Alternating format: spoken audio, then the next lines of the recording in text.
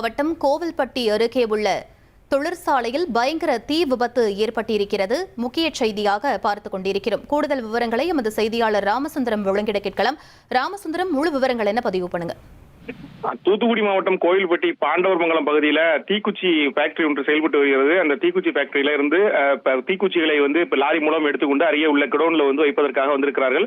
அப்போது லாரியிலிருந்து தீக்குச்சிகள் இறக்கும் போது திடீரென தீ விபத்து ஏற்பட்டிருக்கிறது. இந்த தீ விபத்து முழுவதுமே அந்த ஃபேக்டரி முழுவதுமே தீ விபத்து பரவிய நிலையில தீ அங்கங்கே இருக்கக்கூடிய குச்சிகளிலும் பிடித்து மொத்தமாக அந்த ஆலை முழுவதுமே தீப்பிடித்து எரிய தொடங்கியது. இந்த நிலையில அங்க தொழிற்சாலையில இருந்த 3 தொழிலாளர்கள் படுகாயமடைந்தார்கள். அப்ப அக்கம் பக்கத்தினர் உடனடியாக தீயணைப்பு துறையினருக்கு தகவல் தெரிவிக்கப்பட்டு சம்பவ இடத்திற்கு வருகிறார்கள். உடனடியாக அந்த பாதிக்கப்பட்டவர்களும் தூத்துக்குடி மாவட்ட கோயில்பட்டி அரசு மருத்துவமனைக்கு அழைத்து செல்லப்பட்டார்கள். இதுல பிட்டர், அதாவது அந்த தொழிற்சாலையில பிட்டராக வேலை செய்யக்கூடிய கார்த்திக் என்பவர் உயிரிழந்திருக்கிறார். மற்ற இருவர் வார்டுகளோடு மருத்துவமனையில சிகிச்சை பெற்று வருகிறார்கள். இந்த சம்பவம் தொடர்பாக கோயில்பட்டி போலீசார் விசாரணை மேற்கொண்டு வருகிறார்கள். கோயில்பட்டியிலிருந்து 2 தீயணைப்பு வாகனங்கள் மூலம் 20க்கும் மேற்பட்ட தீயணைப்பு துறையினர் தற்போது அந்த தீயை கட்டுக்குள் கொண்டு வரக்கூடிய பணியில் ஈடுபட்டிருக்கிறார்கள். தனியார் தொழிற்சாலைகளில் இருந்தும் அந்த டேங்கர் லாரிகள் தண்ணீர் கொண்டு வரப்பட்டு அந்த தீயை அணைக்கக்கூடிய பணியானது நடைபெற்று வருகிறது. அந்த ஃபேக்டரி முழுவதுமே தீப்பிடித்து எரிந்து கொண்டிருக்கக்கூடிய சூழல்ல பகுதி முழுவதும் மிகுந்த புகைமூட்டத்துடன் காணப்பட்டு வருகிறது.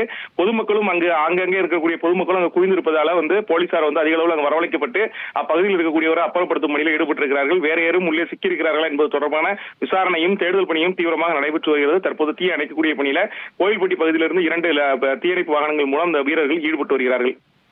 விவரங்களுக்கு நன்றி ராமசுந்தரம்.